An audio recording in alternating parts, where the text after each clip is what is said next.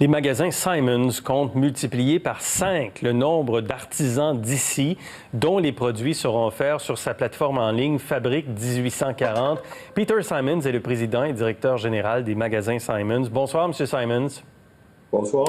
La première question, toute simple, comment allez-vous dans le contexte actuel? Comment va votre entreprise? Moi, personnellement, j'ai des bonnes journées, des mauvaises journées, comme tout le monde, j'imagine.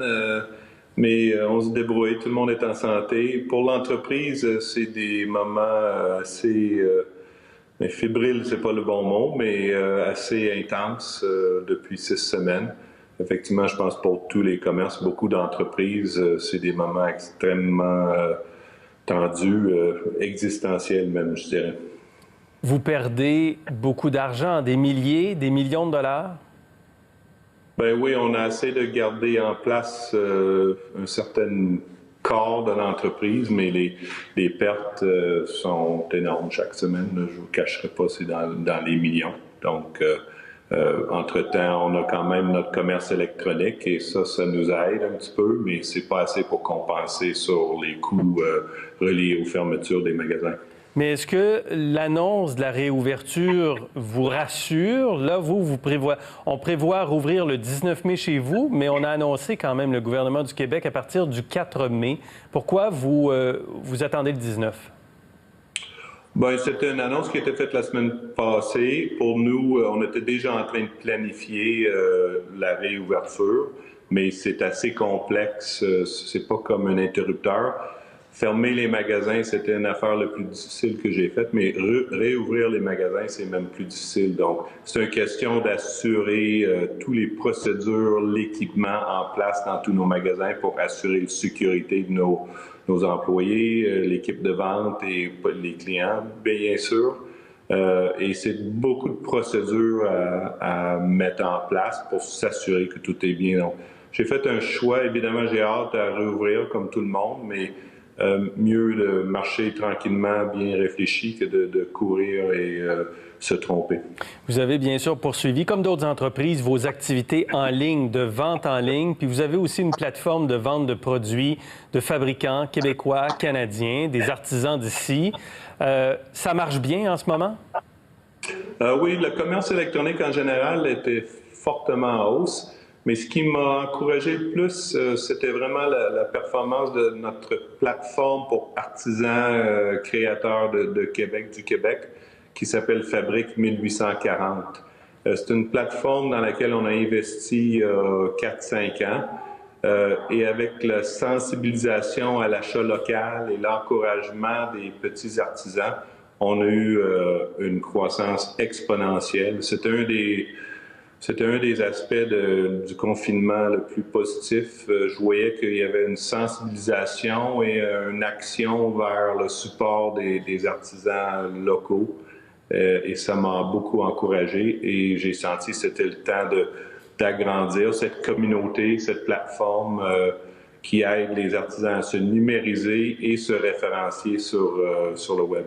Est-ce que ça vous amène, vous, à vous tourner davantage vers des artisans, des fournisseurs d'ici, puis peut-être un peu moins vers des fournisseurs de l'extérieur? Certainement.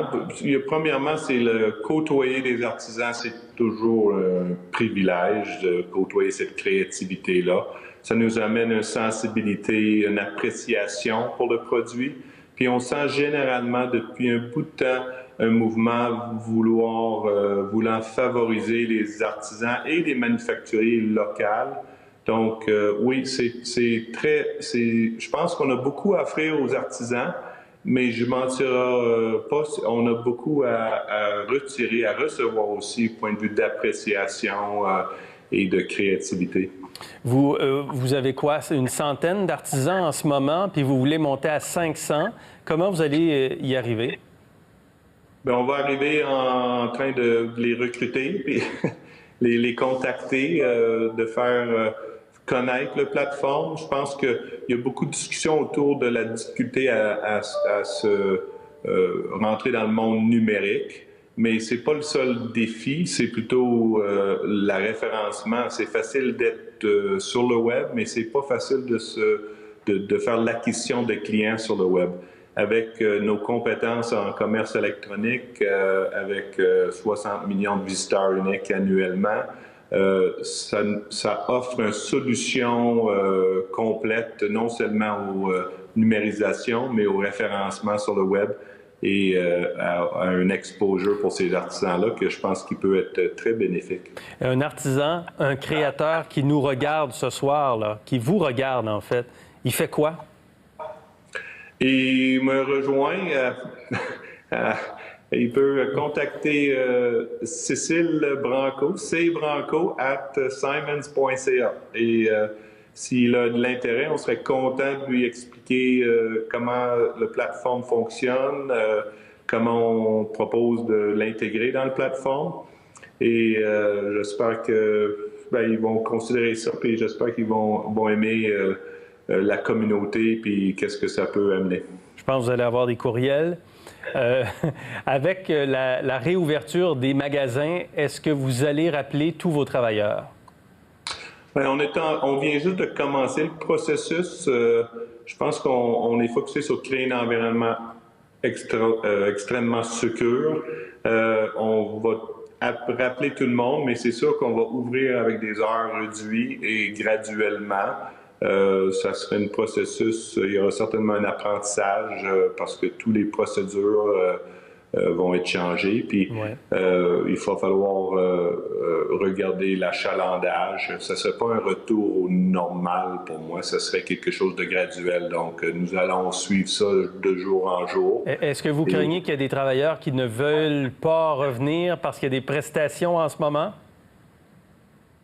Oui, ça m'inquiète un petit peu. Évidemment, un magasin, je ne peux pas l'ouvrir tout seul. Je pense qu'il y a un moment où il faut qu'on roule les manches, qu'on prend les précautions nécessaires. Ce matin, j'ai eu une discussion avec mes enfants sur le travail, puis la question, c'est pas une question d'argent simplement, c'est aussi une question de satisfaction, de plaisir de servir les autres, de valeur et d'apprentissage. Donc, écoutez, ça m'inquiète un petit peu parce qu'évidemment, on est une équipe, ça prend tout le monde pour être capable de réouvrir, mais j'ai confiance, puis j'espère que j'ai confiance que les gens vont vouloir revenir et participer à cette question-là parce que c'est rendu une question de pérennité pour beaucoup d'entreprises à Québec et il faut qu'on roule tout le monde les manches. Et pour vous, et pour Simons, une question de pérennité? Absolument. Je ne vous cacherai pas, tout le monde a leurs difficultés, mais c'est une situation extrêmement complexe, point de vue de nos fournisseurs, nos inventaires, nos dépenses. Pour nous, c'est arrivé au pire moment. On venait de compléter un investissement important dans la logistique robotique pour desservir notre commerce électronique, mais 4 semaines avant d'ouvrir, les programmeurs, les ingénieurs sont tous retournés chez eux, à l'États-Unis, ailleurs, au Canada. Alors je vous souhaite bonne chance, M. Simons. Merci d'avoir été avec nous ce soir. Merci. Merci à vous. Merci bien.